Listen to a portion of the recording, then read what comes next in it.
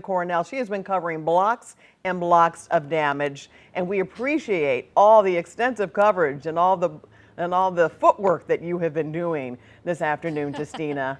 What's the latest where you are? Well, thank you.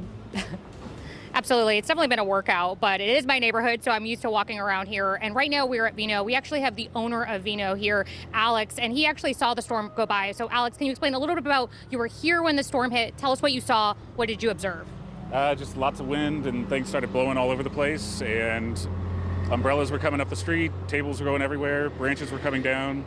And then in the parking lot, which was mostly empty across the street, I saw like rotation with a large branch like off the ground.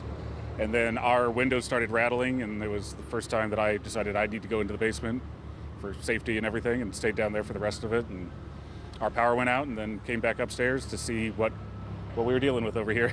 You told me that in all your time here, you've never really gone to the basement. What this time around scared you, or were you like, you know what, it's time to go down? I was definitely watching the windows, the pressure change in the windows, worrying that they were going to blow out or anything like that. So I tried to open a window and a door real quick to let that equalize, and then went downstairs and came back up to see. But luckily, I think most of this will be salvageable. We just got to clean it up, and we got luckily I've got some friends that are coming tomorrow morning to help me get everything out of the way.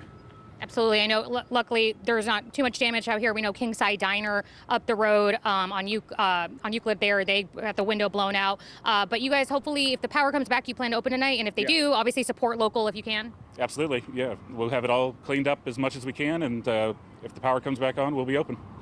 Well, thank you so much, Alex. I'm glad y'all were safe and being here. And again, we were kind of walking up and down here. We've been seeing a lot of trees on the cars. And like something I mentioned earlier, if you don't live in the city, or if you're not used to coming into the Central West End, a lot of us don't have garages. So a lot of us park on the street. So that's why we're seeing a lot of these trees on these cars, seeing significant damage, blown out windows, big trees just uprooted from the ground, and just debris all over. So again, we're just kind of seeing a lot of people walk around. If you are walking around, just be mindful. We've been seeing a lot of glass because of those broken windows or down power lines.